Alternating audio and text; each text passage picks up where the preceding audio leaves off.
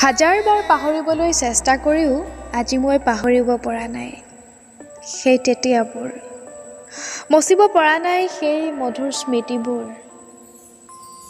নীলা আকাশখনক ক'লা ডাৱৰে আৱৰি সৌন্দৰ্যবোৰ নোহোৱা কৰাৰ দৰে এতিয়া ঠিক মোৰ জীৱনটোৰো দেখোন অন্ধকাৰ মাজলৈহে গতি কৰিছে।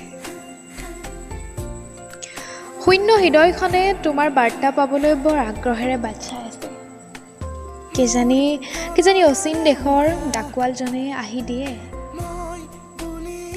হেঁপাহৰ উচটনিত ফুলা গোলাপজোপায়ো আজি সজীৱতাৰ পৰশত অভাৱ অনুভৱ হৈছে চাগৈ। সেয়েহে দিনক দিনে কোনোবা এজনৰ বিষাক্ত খোজ পৰাৰ দৰে মৰহি যাবলৈহে ধৰিছে।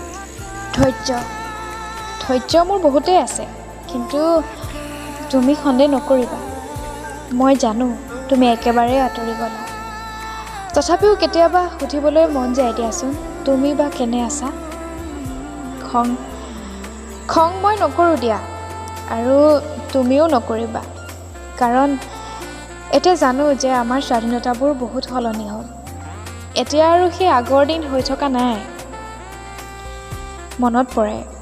মনত পৰে জানা মোৰ সিদিনা দিনটোৰ কথা, য'ত তুমিয়েই দিছিলা প্ৰথমবাৰৰ বাবে অচিনাকি ঠিকনাৰে এখন প্ৰেমৰ চিঠি।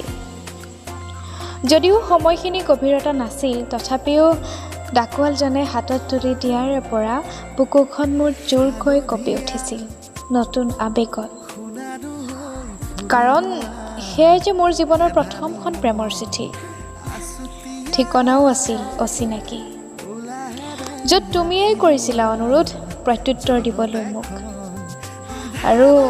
আৰু আজি যেন তাহানিৰ দৰে বগা কাজল লৈ নীলাবোৰ নবয়, মাথো এতিয়া বিষাদৰ তেজেৰে স্মৃতিবোৰ বয়।